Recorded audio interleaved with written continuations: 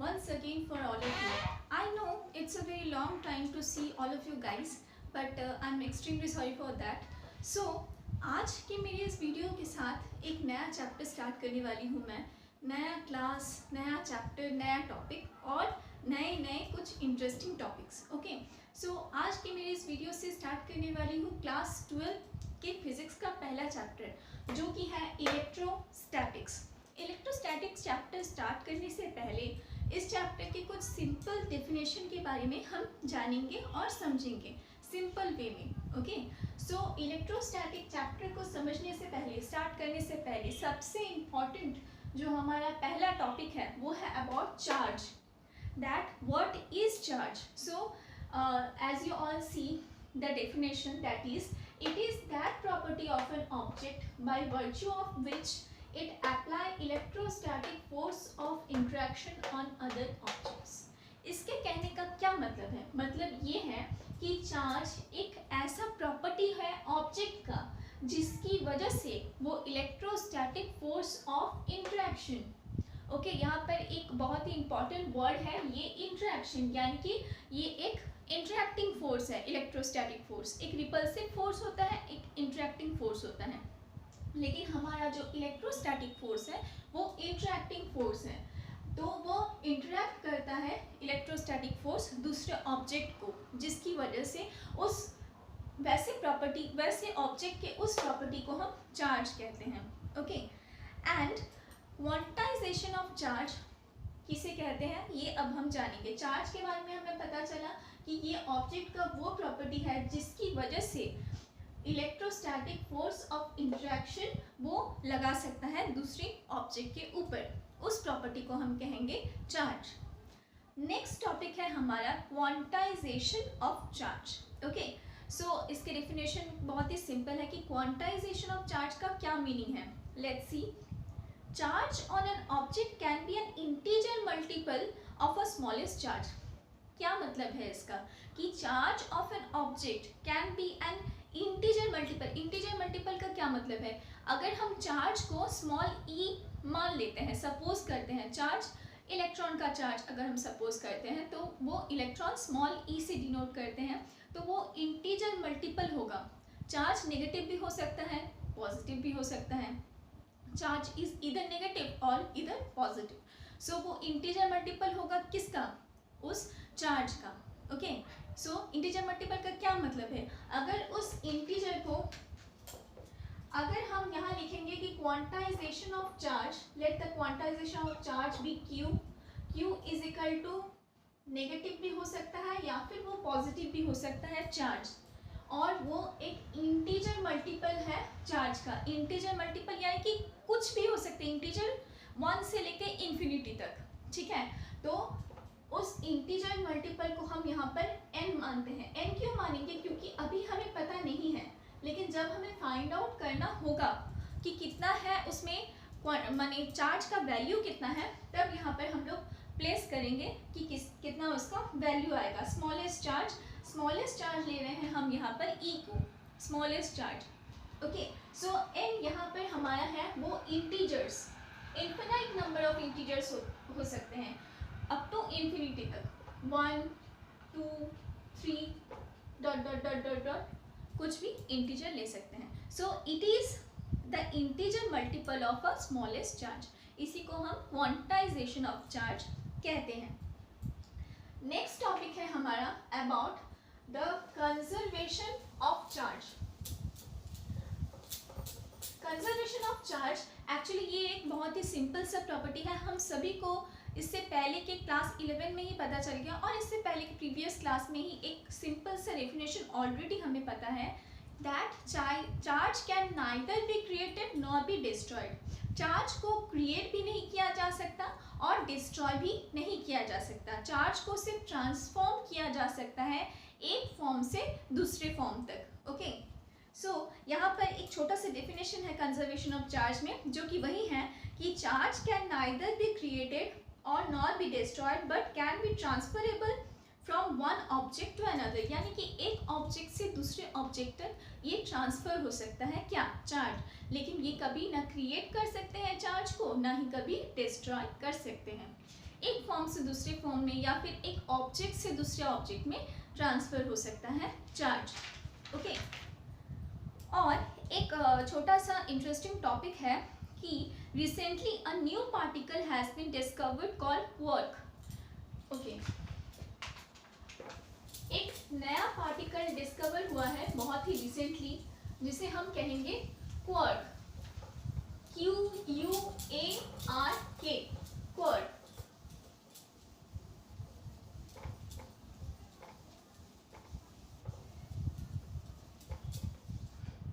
एक नया पार्टिकल जिसे हम कहेंगे QUARK,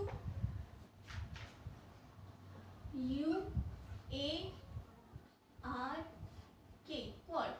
ये एक रिसेंट स्टडी में इसके नाम ये एक डिस्कवर हुआ है रिसेंट स्टडीज में, जिसका कि चार्ज कंटेन करता है। इस स्टडी के बाद जब इसको फाइंड आउट किया गया, स्टडी में ये पता चला कि इसका चार्ज जो ये कंटेन करता है वो चार्ज है Q is equal to quark का, ठीक है। प्लस माइनस, चार्ज प्लस भी हो सकता है माइनस भी हो सकता है, अभी मैंने बताया, प्लस माइनस E/3, या फिर इसके दो चार्जेस हो सकते हैं, पॉसिबिलिटीज है, क्योंकि इसमें अभी तक स्टडी चल ही रही है, इसीलिए ये पॉसिबिलिटी बेस्ड एक डिस्कवरी है। सो इसमें दो तरह के चार्जेस हो सकते हैं, प्लस माइनस E/3 या फिर प्लस माइनस 2E/3। ओके, इसे आप नोट डाउन कर सकते हैं।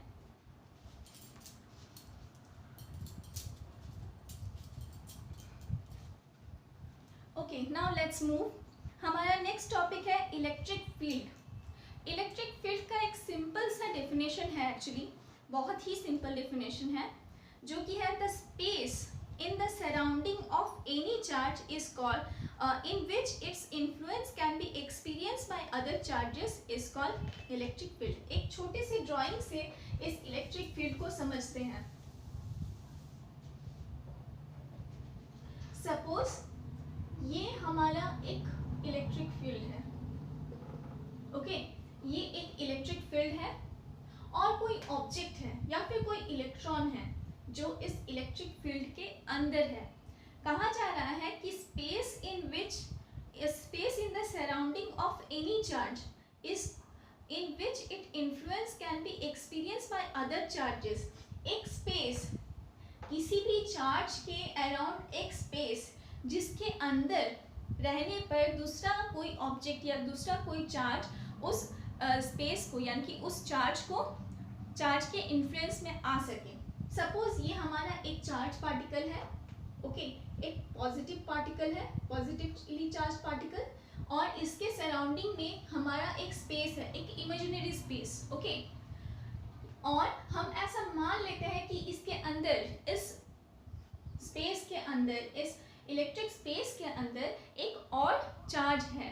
तो जब तक ये चार्ज, इसे भी हम पॉजिटिव चार्ज ही मानते हैं, अगर ये नेगेटिव हुआ तब इसमें अट्रैक्शन होगा और जल्दी कॉलिजन हो जाएगा, लेकिन हम इसे पॉजिटिव चार्ज ही मान रहे हैं। सपोज किए हैं कि पॉजिटिवली चार्ज कोई बॉडी है जिसके अंदर ये पॉजिटिव चार्ज के इन्फ्लुएंस में सराउंडिंग में भी उसका चार्ज है और उसके अंदर भी एक दूसरा चार्ज पार्टिकल है, ठीक है।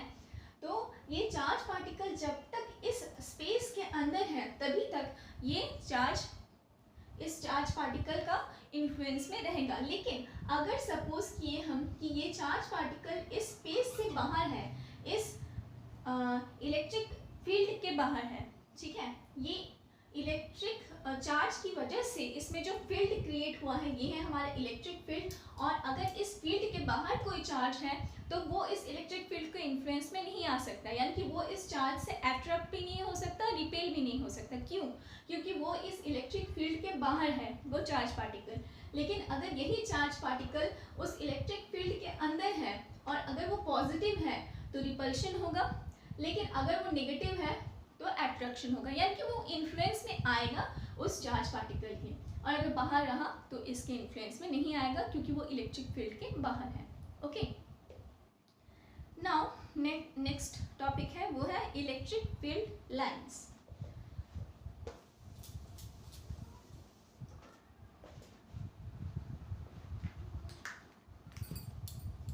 इलेक्ट्रिक फील्ड लाइंस, इससे पहले इस डेफिनेशन को पहले समझते हैं. It is an imaginary line. Actually physics के मैक्सिमम टॉपिक इमेजिनेशन के ऊपर ही डिपेंड है, इमेजिनेशन के ऊपर ही बेस्ड है.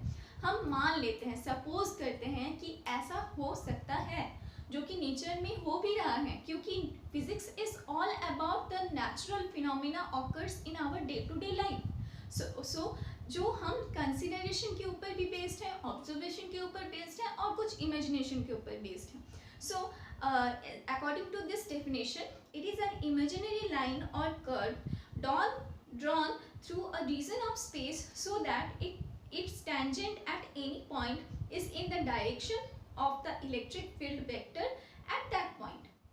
मतलब क्या है इसका? It is an imaginary line or curve drawn through a region of space so that, अभी मैंने एक फिगर ड्रॉ किया था कि ये हमारा एक इलेक्ट्रिक चार्ज है, कोई भी चार्ज बॉडी है और इसके सराउंडिंग में हमारा ये इलेक्ट्रिक फील्ड है. ठीक है, इलेक्ट्रिक फील्ड है तो यहाँ पर एक कर्व क्रिएट हो रहा है. सपोज ये कर्व,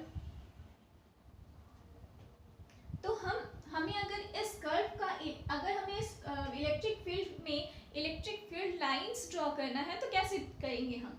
ये जो हमारा कर्व है, region of space so that it tangent at any point is in the direction of the electric field. अगर हम यहाँ से एक टेंजेंट ड्रॉ करेंगे, सपोज एक टेंजेंट ड्रॉ करेंगे इस कर्व के अकॉर्डिंग, एक टेंजेंट,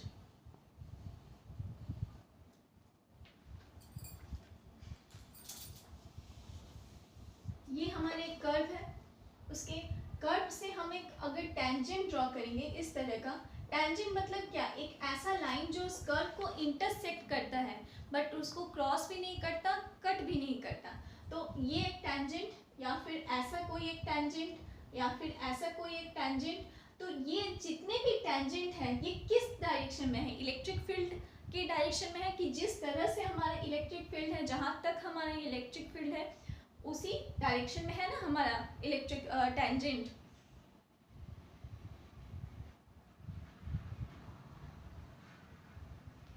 तो इसे सबसे पहले एक और बार समझते हैं. It is an imaginary line और curve drawn through a region of space so that its tangent at any point is in the direction of the electric field vector at that point. Electric field vector के direction में होगा इसका tangent. Curve से जो हम tangent draw करेंगे वो. The relative closeness of the line at some place give an idea about the intensity of electric field at that point. जितना भी हम टेंजेंट इस कर्व के थ्रू ड्रॉ करेंगे, इसका जो रिलेटिव क्लोजनेस है, जैसा चार्ज होगा उसमें ज़्यादा क्लोजनेस होगा, ज़्यादा अट्रैक्शन होगा. जैसा उस बॉडी का, जैसे उस ऑब्जेक्ट का प्रॉपर्टी होगा उसके ऊपर डिपेंड करेगा कि क्लोजनेस कितना होगा, और क्लोजनेस के ऊपर डिपेंड करेगा कि इंटेंसिटी ऑफ इलेक्ट्रिक फील्ड उस पॉइंट पर वो कितना होगा. Okay, electric field line always being an positive charge and and at on an point in electric field is called electric field intensity at that point.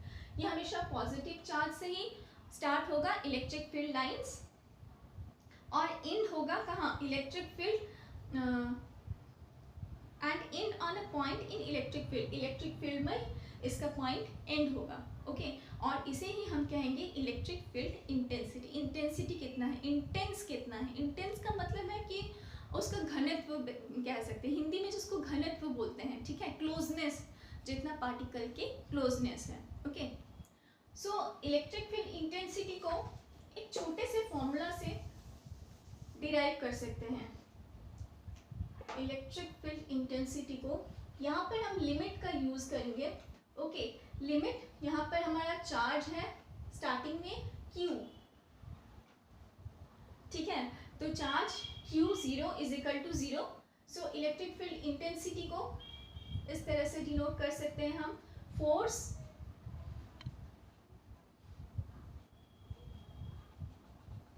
By charge. Charge जितना भी उस object में लग रहा होगा, इनिशियल अगर 0 है तो 0 होगा, या फिर बढ़ते बढ़ते जितना भी चार्ज होगा वो होगा हमारा फॉर्मूला इलेक्ट्रिक फील्ड इंटेंसिटी का. नोट डाउन कर सकते हैं.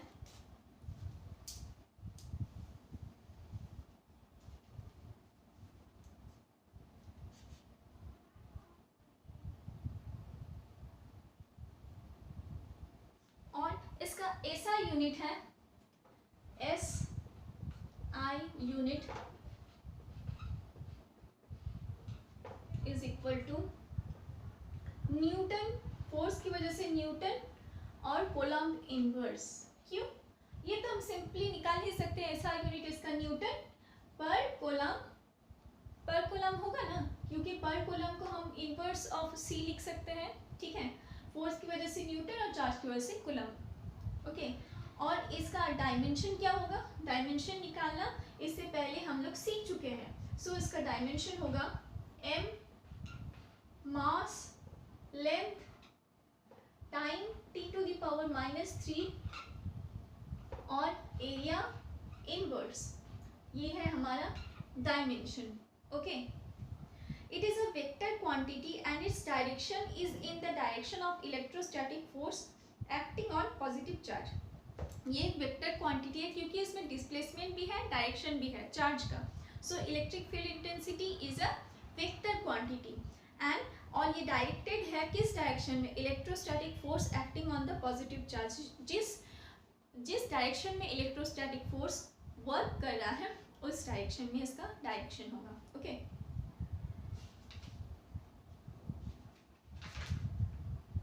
अच्छा, अगर इलेक्ट्रिक फील्ड इंटेंसिटी एक पॉइंट चार्ज के लिए कितना होगा, अगर वो डिस्टेंस में है, अगर वो r डिस्टेंस में है, यहाँ पर हमने चार्ज को 0 लिया, लेकिन अगर वो चार्ज यूनिटी हुआ यानी कि 1 हुआ, तब वहाँ पे इलेक्ट्रिक फील्ड इंटेंसिटी का वैल्यू क्या होगा, अगर वो डिस्टेंस r डिस्टेंस में है तो E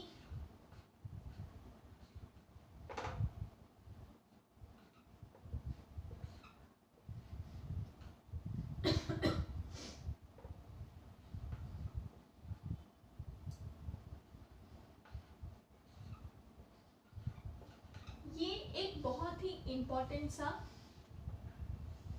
इक्वेशन है। Electric field intensity is equal to 1/4 pi epsilon naught. 1/4 pi epsilon naught का वैल्यू ऑलरेडी कैलकुलेटेड है। ये है हमारा चार्ज, जितना भी चार्ज होगा वो, और डिवाइडेड बाय उसके चार्ज के बीच का डिस्टेंस कितना होगा उसके स्क्वायर से, okay. And now next topic is about electric potential. Electric potential को हम डिनोट करते हैं कैपिटल V से। So electric potential at any point is equal to the work done पर positive charge in carrying it from infinity to that point in electric field. जितना भी work done होता है electric potential at any point, एक positive charge को infinity से लेकर उस इलेक्ट्रिक फील्ड में लाने के लिए जितना वर्क डन होता है उसे ही हम कहते हैं electric potential. So electric potential को सिंपली क्या लिख सकते हैं हम, electric potential is equal to capital V is equal to work done bringing क्या, unit positive charge from infinity to that point in the electric field. So इसे work done divided by charge, और इसका ऐसा unit क्या होगा, SI unit is equal to क्या, joule work done के लिए जूल और चार्ज के लिए कोलम, जूल पर कोलम, जूल पर कोलम, ओके। और इसके dimension is equal to m mass और लेंथ का स्क्वायर और time cube, inverse of cube and area का इनवर्स। ये है हमारा डायमेंशन किसका, इलेक्ट्रिक पोटेंशियल का, ओके। और ये एक स्केलर यूनिट है, इसमें डिस्टेंस है लेकिन डायरेक्शन नहीं है। Electric potential due to a point charge at distance r। अब electric potential due to a point charge, और डिस्टेंस क्या है हमारा, फिर से यहाँ पर हमारा डिस्टेंस है r, यहाँ पर इलेक्ट्रिक पोटेंशियल होगा, electric potential is equal to V, फिर से वही फॉर्मूला, यहाँ पर सब कुछ सेम है, 1/4 पाई एप्सिलॉन नॉट, और चार्ज की वजह से Q, डिस्टेंस है हमारे यहाँ r, इंफिनिटी से लेकर उस पॉइंट तक लाने का जो डिस्टेंस है वो है हमारा r। And next is about potential gradient. Potential gradient किसे कहेंगे? The rate of change of potential with distance in electric field is called potential gradient. जैसे अगर हम कोई भी चार्ज को, कोई पॉजिटिव चार्ज को इन्फिनिटी से लेकर उस इलेक्ट्रिक फील्ड में लेके आ रहे हैं, तो हो सकता है कि रास्ते में ही उसका कुछ पोटेंशियल डिफरेंस हो, पोटेंशियल में चेंज हो. तो ये जो पोटेंशियल डिफरेंस आएगा तो इसे हम कहेंगे पोटेंशियल ग्रेडियंट. इसे हम लिख सकते हैं पोटेंशियल ग्रेडियंट को P due to Q, potential gradient due to charge is equal to क्या? dV by dr. Distance, potential difference by distance. Potential gradient due to charge is equal to potential distance by distance. जितना उसको distance cover करेगा वो. इसका unit क्या होगा? Simple V by R या V by M, कितना वो डिस्टेंस कवर किया वो. ठीक है. Potential difference bye M, electric potential bye M. Okay. Relation between potential gradient and electric field intensity given by. अब एक रिलेशन है यहाँ पर एक छोटा सा कि इलेक्ट्रिक फील्ड इंटेंसिटी और पोटेंशियल ग्रेडियंट के बीच का क्या डिस्टेंस है. इलेक्ट्रिक फील्ड इंटेंसिटी अगर हमारा यहाँ पर E है, जो कि हम ऑलरेडी नोन है हमारे पास 1/4 pi epsilon not Q by R square, वो is equal to minus negative sign dV by dr. Electric field intensity का नेगेटिव होगा क्या? Potential gradient. ओके. ये भी एक सिंपल छोटा सा फॉर्मूला है. सो गाइज, आज के हमारे इस क्लास में इतना ही. नेक्स्ट टॉपिक मैं जो नेक्स्ट वीडियो में आप सबके साथ डिस्कस करने वाली हूँ वो है electric equipotential surface and electric lines of force और Gauss's theorem and Gauss's theorem के कुछ एप्लीकेशंस जो कि बहुत ही इम्पॉर्टेंट एप्लीकेशंस हैं. ओके. सो आई होप आज के मेरे इस वीडियो के साथ जो मैंने नया चैप्टर आप सबके साथ स्टार्ट किया वो आपको इंटरेस्टिंग लगा होगा, समझ में भी आया होगा. और जहाँ भी आपको कुछ डाउट्स है प्लीज़ मुझे कमेंट सेक्शन में ज़रूर बताएं. I want to solve all of your queries and questions. I am always be there for you. Okay. Thank you.